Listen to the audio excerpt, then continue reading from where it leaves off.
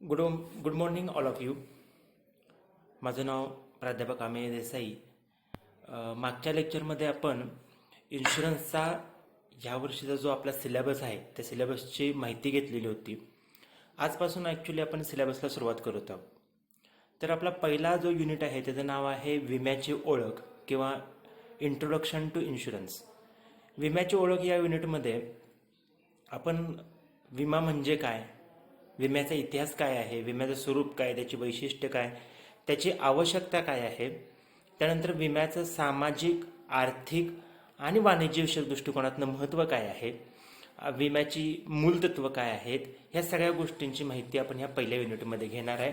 त्यामुळे या युनिटचं नाव आहे विम्याची ओळख. तर सर्वप्रथम आपल्याला विमा म्हणजे काय याची संकल्पना पाहणं फार गरजेचं आहे. विमा ही संकल्पना फार जुनी आहे. 5,000 वर्षापूर्वी बॅबिलॉन नावाची जी संस्कृती होती त्यामध्ये विमा देण्याची पद्धत असल्याचं आपल्याला दिसून येतं. विम्याची संकल्पना ॲक्च्युली काय आहे तर एक सामाजिक सहकार्याची ही संकल्पना आहे. उदाहरणार्थ तुमच्या गावामध्ये, तुम्ही ज्या गावात राहता त्या गावामध्ये समजा एखाद्या कुटुंबाला, जे कुटुंब एका ज्या घरात राहते त्या घराला समजा आग लागली. आग लागून त्या घराचं समथिंग एक 10,000 रुपयाचं नुकसान झालं. तर तुमच्या गावातले लोक काय म्हणतात की आपण एकत्र येऊयात आणि ह्या कुटुंबाला काही नुकसान भरपाई म्हणून पैसे आपण देऊयात आणि त्या पैशातून त्या कुटुंबाच्या झालेल्या हानीची भरपाई केली जाते. आता विमा काय करतो, विम्यामध्ये देखील समान प्रकारच्या धोक्याची शक्यता असणाऱ्या, म्हणजे गावामध्ये आग लागून घराचं नुकसान होण्याची शक्यता असणाऱ्या कुटुंबातील लोक एकत्र येतात. असे गावकरी एकत्र येतात. ते काय करतात, विमा हप्त्याच्या रूपात काही रक्कम गोळा करतात आणि त्या गोळा झालेल्या रकमेतून आग लागून प्रत्यक्ष ज्याचं नुकसान होईल त्याची काय करतात, भरपाई करतात. कारण का असं केलं जातं, हे व्यावसायिक दृष्टिकोनातून केलं जातं. गावामध्ये आग लागली, कुटुंबाचं नुकसान झालं, भरपाई करणं सामाजिक भावनेतनं हे एखाद्या वेळेस ठीक आहे, पण दरवर्षी अशा घटना घडायला लागल्या तर मात्र सहकार्याला मर्यादा येते. म्हणून व्यावसायिक दृष्टिकोनातून काय केलं जातं, अशी आग लागण्याची शक्यता असणाऱ्या अनेक व्यक्ती एकत्र येतात आणि त्या व्यक्ती एकत्र येऊन ज्या प्रत्यक्ष व्यक्तीचं नुकसान झालेलं आहे त्याला भरपाई देण्यासाठी विमा हप्त्याच्या रूपात मोठा निधी गोळा करतात आणि त्या निधीतून नुकसानीची भरपाई केली जाते. थोडक्यात विमा म्हणजे काय आहे तर समान प्रकारच्या धोक्याची शक्यता असणाऱ्या असंख्य व्यक्तींनी एकत्रित येऊन गोळा केलेल्या निधीतून ज्या व्यक्तीचे प्रत्यक्षात नुकसान होईल त्याची भरपाई करण्याची एक सामाजिक योजना म्हणजे विमा होय. एवढी साधी सोपी विम्याची संकल्पना आहे आणि हीच प्रोफेसर हेन्सल यांनी सांगितलेली व्याख्या आहे. हीच व्याख्या तुम्ही परीक्षेच्या दृष्टिकोनातून लक्षात ठेवली पाहिजे. तर थोडक्यात विमा म्हणजे काय तुमच्या लक्षात आलं की समान प्रकारच्या, म्हणजे एकाच प्रकारच्या धोक्याची शक्यता असणाऱ्या व्यक्ती एकत्र येतात, निधी गोळा करतात आणि त्यातून ज्याचं नुकसान होतं त्याची प्रत्यक्षामध्ये भरपाई केली जाते. मग विम्याची ही आपण व्याख्या बघितलेली आहे, विमा संकल्पना तुम्हाला समजलेली आहे. तर विम्याची वैशिष्ट्ये काय आहेत तर विम्यामध्ये नुकसान भरपाई हे महत्त्वाचा घटक आहे. विम्यामध्ये काय केलं जातं, प्रत्यक्षात ज्याचं नुकसान होईल त्याचीच भरपाई केली जाते. जर नुकसान झालं नाही तर भरपाई मिळणार नाही. म्हणजे उदाहरणार्थ तुम्ही 10,000 रुपये विमा हप्ता भरलाय, तुम्ही कार इन्शुरन्स घेतलाय आणि त्यासाठी 10,000 रुपये विमा हप्ता भरलाय. एका वर्षाच्या कालावधीत जर तुमच्या कारला अपघात झाला आणि नुकसान झालं तरच भरपाई मिळेल. जर एका वर्षाच्या कालावधीत नुकसान झालंच नाही आणि तुम्ही विमा कंपनीकडे गेला आणि म्हणला माझे 10,000 मला परत द्या, तर ते विमा कंपनी देणार नाही. जर नुकसान झालं तरच भरपाई मिळते.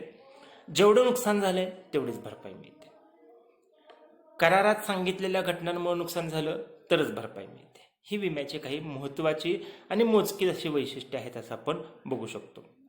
विमा हा सामाजिक सहकार्याचा करार आहे. एकमेकांना मदत करणं हा याच्यामध्ये दृष्टिकोन असतो. ह्याच्यामध्ये सर्वोच्च विश्वासाचा तत्वाचा अवलंब केला जातो. विमेदार आणि विमा कंपनी यांच्यामध्ये परस्पर विश्वास असायला लागतो. त्यांनी एकमेकांना सत्य, खरी व अचूक व परिपूर्ण माहिती द्यायला पाहिजे. ह्या सगळ्या वैशिष्ट्यांचा समावेश विमा ह्या संकल्पनेमध्ये होतो. असंख्य विमेदार हे ह्याचं एक महत्त्वाचं वैशिष्ट्य आहे. जेवढे विमेदार जास्त असतील तेवढा विमा हप्ता जास्त गोळा होईल आणि तेवढं नुकसान भरपाई देणं अधिक सुलभ बनतं. त्यामुळे असंख्य विमेदार हे देखील विम्याचं वैशिष्ट्य आहे. आणि असंख्य विमेदार असल्याचा अजून एक फायदा काय होतो तर नुकसान किंवा जोखमीचं विभाजन होतं. 2 व्यक्तींनी विमा घेतला असेल आणि 1,00,000चं नुकसान झालं असेल तर 2 व्यक्तींमध्ये 50,000 असं जोखमीचं विभाजन झालं. तेच जर 1,00,000 व्यक्तींनी विमा घेतला असेल तर मात्र 1,000 असं विभाजन झालं. म्हणजे थोडक्यात जेवढ्या व्यक्तींनी जास्त विमा उतरवला असेल तेवढी विमा हप्त्याची रक्कम काय येणार आहे, कमी येणार आहे. त्यामुळे असंख्य व्यक्तींद्वारे विमा उतरवला जातो.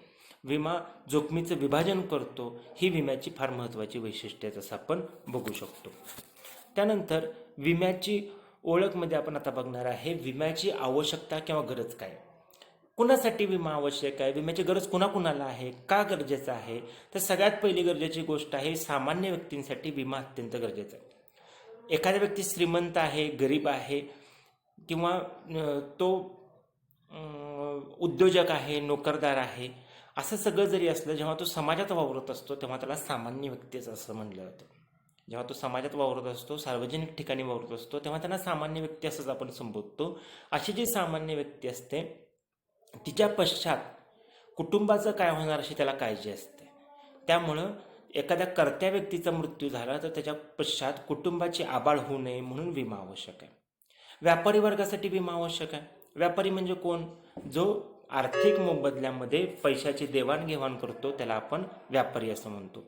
मग ह्या व्यापारी वर्गासाठी सुद्धा विमा आवश्यक आहे, कारण की त्यांना माल पहिला घेतात, ते गोडाऊनमध्ये ठेवतात, गोडाऊनमधनं दुकानात आणतात, मध्ये अंतर्गत वाहतूक होते, तो मालाची विक्री करताना काही अडथळे असतात. नोकर जर अप्रामाणिक असेल तर त्याच्याकडून मालाची चोरी केली जाते. गल्ल्यातील पैसे जे असतात ते नोकरांच्या अप्रामाणिकपणामुळे चोरले जाऊ शकतात. भूकंप, पूर, चक्रीवादळ ह्याच्यामुळे मालाचं व मालमत्तेचं नुकसान होऊ शकतं. अशा व्यापारी वर्गाला विम्याचं संरक्षण गरजेचं आहे, ज्यामुळं झालेलं नुकसान त्यांचं भरून मिळू शकेल. ते असे उद्योजक असतात जे वेगवेगळ्या वस्तूंचं उत्पादन करतात. त्यांना सुद्धा सेम आहे. गोडाऊनमध्ये माल साठवायला लागतो, कच्चा माल असतो, पक्का माल असतो, यंत्रसामुग्री असते. नोकरांचा अप्रामाणिकपणाचा धोका आहे, नैसर्गिक धोके आहेत. ह्याच्यापासून संरक्षण मिळवण्यासाठी उद्योजकांना देखील विमा संरक्षण गरजेचं आहे. शिवाय जर एखाद्या कंपनीत एखादा कामगार काम करत असताना जर त्याला आजार झाला, अपघात झाला तर त्याची जर भरपाई देखील त्या उद्योजकाला द्यायला लागते. म्हणून देखील त्यांना उद्योजकांना विमा गरजेचा आहे. ही भरपाई कामगारांना देण्याचं काम उद्योजकाच्या वतीनं विमा कंपनी करते, म्हणून उद्योजकांसाठी सुद्धा विमा गरजेचा आहे. आयात निर्यात व्यापारासाठी विमा गरजेचा आहे. दोन देशांच्या अंतर्गत जो आयात निर्यात व्यापार चालतो त्यात तर प्रचंड जोखीम आहे. सागरी धोके हे सर्वाधिक जास्त नुकसान करणारे आहेत. मग समुद्रातील वादळं असतील, नंतर समुद्रामधील सागरी प्राणी असतील, सागरी लुटेरे असतील, ह्या सगळ्यांमुळं जे काही नुकसान होते मालाचं, मालमत्तेचं, जहाजाचं, हे कोट्यावधीचं होणारं नुकसान भरून द्यायचं काम विमा कंपनी करते. म्हणून आयात निर्यात व्यापारासाठी सुद्धा आपल्याला विमा गरजेचा आहे. कृषी क्षेत्रासाठी आवश्यक आहे. आपण जर बघितलं, आपण ग्रामीण भागात राहतो, जर इथं बघितलं तर कधी अतिवृष्टी होते, तर कधी पाऊसच पडत नाही, दुष्काळ पडतो, कधी अति थंडी येते, कधी थंडीत पाऊस पडतो, अवकाळी पाऊस पडतो. हे सगळ्यामुळे प्रचंड नुकसान होतं. कृषी क्षेत्रात होणारं नुकसान भरून देण्यासाठी सुद्धा विमा गरजेचा आहे. बँकांसाठी विमा गरजेचा आहे. बँकिंग क्षेत्रासाठी काय आवश्यक आहे, तर ठेवी आणि कर्ज ह्या दोघींना संरक्षण देण्यासाठी विमा गरजेचा आहे. बँकांमध्ये आपण काय करतो, ठेवी ठेवतो. ह्या ज्या ठेवी ठेवलेल्या आहेत त्या ठेवींना विमा संरक्षण असल्यामुळं विमेदारात जो आपला ग्राहक आहे त्याचा बँकांवरती विश्वास राहतो. जरी बँक बुडाली तरी माझे पैसे बुडणार नाहीत अशी त्याला खात्री राहते. ठेवींना सुरक्षितता मिळवून देण्यासाठी विमा आवश्यक आहे. आता सध्या घडीला तुम्हाला एक माहिती असावी म्हणून सांगतो की पूर्वी बँकेमध्ये ठेवलेल्या 1,00,000पर्यंतच्या ठेवीला विमा संरक्षण असायचं. म्हणजे तुम्ही बँकेत 1,00,000 रुपये ठेवलेत आणि बँक बुडाली तर विमा कंपनी तुम्हाला 1,00,000 रुपये देण्याची हमी घ्यायची. परंतु आता भारत सरकारनं काय निर्णय घेतलेला आहे, तर 5,00,000पर्यंतच्या ठेवीला विमा संरक्षण. त्यामुळे तुमची ठेव 5,00,000पर्यंतची असली तरी देखील विमा संरक्षण त्याला प्राप्त होतं. थोडक्यात ह्या विमा संरक्षणामुळे बँकिंग व्यवसायाचा विकास होतो. कर्जानं देखील सेम वे सुरक्षितता मिळते. म्हणजे उदाहरणार्थ एखाद्या व्यक्तीनं 10,00,000चं कर्ज घेतले आणि त्याचा अपघाती मृत्यू झाला तर कर्ज कोणाकडनं बँक वसूल करणार. तर मग अशा परिस्थितीमध्ये विमा कंपनी ते 10,00,000 रुपये भरून देते. म्हणून बँकिंग क्षेत्रासाठी देखील विमा अत्यंत गरजेचा आहे. त्यानंतर सेवा व्यवसायांसाठी आवश्यक आहे. सर्व्हिस इंडस्ट्रीमध्ये कोण कोण येतं, तर हॉटेल्स येतात, मोठमोठे हॉटेल्स येतात, त्यानंतर बँका येतात, वित्तीय संस्था येतात, विमा व्यवसाय येतो, वाहतूक सेवा येतात, संग्रहण सेवा येतात, म्हणजे गोडाऊन आहे, वाहतूक आहे, संदेशवहन आहे, दळणवळण आहे. ह्या सगळे जे सेवा व्यवसाय आहेत त्या सगळ्या सेवा व्यवसायामध्ये सुद्धा नैसर्गिक आणि मानवनिर्मित धोके मोठ्या प्रमाणात असतात.